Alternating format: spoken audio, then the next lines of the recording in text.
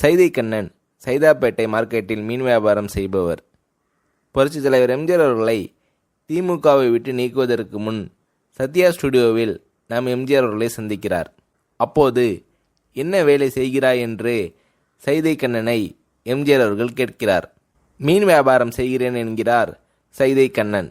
பரவாயில்லையே, நான் விரும்பி சாப்பிடும் அசைவத்தில் மீன்தான் அதிகம். அதே நீ வியாபாரம் செய்வதால் இனி ராமவரம் தோட்ட இல்லத்திற்கு சத்யா ஸ்டுடியோவில் நடக்கும் விருந்துகளுக்கும் நீயே மீன் சப்ளை செய்ய வேண்டும் என்கிறார் எம்ஜிஆர் அவர்கள். அன்றிலிருந்து எம்ஜிஆர் அவர்களின் வீட்டிற்கு மீன் சப்ளை செய்பவர் என்ற பாப்புலாரிட்டி சைதை கண்ணனை உயர்ந்த நிலைக்கு கொண்டு செல்கிறது. சாப்பாட்டில் ஒரு நாளைக்கு மீன் இல்லை என்றால் எங்கே கண்ணனை காணும் என்று கேட்கும் அளவுக்கு கண்ணன் எம்ஜிஆர் அவர்களின் அன்பை பெறுகிறார். 1977 சட்டமன்ற பொதுத் தேர்தல் வருகிறது. சைதை தொகுதிக்கு கண்ணன் வேட்புமனு தாக்கல் செய்கிறார்.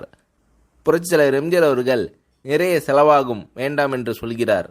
அதற்கு மீனவர்களின் துயரத்தை எப்படியெல்லாம் போக்கலாம் என்று எங்களுக்காகவே படகோட்டி என்ற ஒரு படம் எடுத்தீர்கள். அன்றிலிருந்து மீனவர்கள் எல்லாம் உங்களை தான் தெய்வமாக வணங்கி வருகிறார்கள். படம் எடுத்ததற்கே இப்படி என்றால் மீனவ தொழிலாளர்கள் சார்பாக என்னை சட்டமன்ற தேர்தலுக்கு நிற்க சொல்லி ஆணையிட்டால் அந்த மக்கள் உயிரை கொடுத்திட மாட்டார்களா என்று சொன்னவுடன் அந்த மீனவ நண்பனின் வார்த்தைக்கு கட்டுப்பட்டு நிற்கிறார் எம்ஜிஆர் அவர்கள். சைதை கண்ணன் தனக்கு இருக்கின்ற ஒரு வீட்டையும் அடமானம் வைத்து தேர்தல் பணியில் ஈடுபடுகிறார். பாண்டிச்சேரி, கடலூர் கடலோர மீனவர்கள் எல்லாம் சைதை கண்ணனுக்காக தேர்தல் பிரச்சாரம் செய்கிறார்கள். ஆனால் கண்ணன் 3000 ஓட்டு வித்தியாசத்தில் தோற்றுவிடுகிறார்.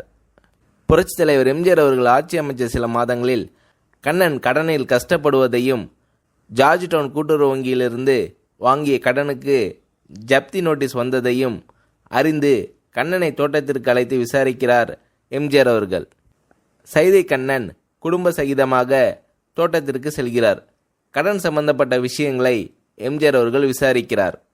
சரி, நீங்கள் வீட்டுக்கு போங்க, நான் பார்த்துக்கிறேன் என்று எம்ஜிஆர் அவர்கள் அவர்களை அனுப்பி வைக்கிறார். சைதை கண்ணன் வீடு வந்து சேர்ந்த 3 மணி நேரத்திற்குள் அடமானம் வைக்கப்பட்ட வீட்டு பத்திரம் மற்றும் டாக்குமெண்ட்டுகள் அனைத்தும் சைதை கண்ணனின் வீடு தேடி வந்து விடுகிறது.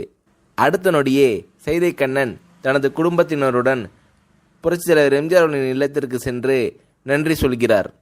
சில மாதங்களுக்கு பின் குடிசை மாற்று வாரிய உறுப்பினர் பொறுப்பை சைதை கண்ணனுக்கு அளிக்கிறார் எம்ஜிஆர் அவர்கள். பிறகு கண்ணனின் மகளின் திருமணத்தையும் நடத்தி வைக்கிறார் எம்ஜிஆர். மகன் NK சேகர் காதல் திருமணம் செய்வதை கேள்விப்பட்டு ரிசப்ஷன் ஏதாவது வை, நான் வருகிறேன் என்கிறார் எம்ஜிஆர்.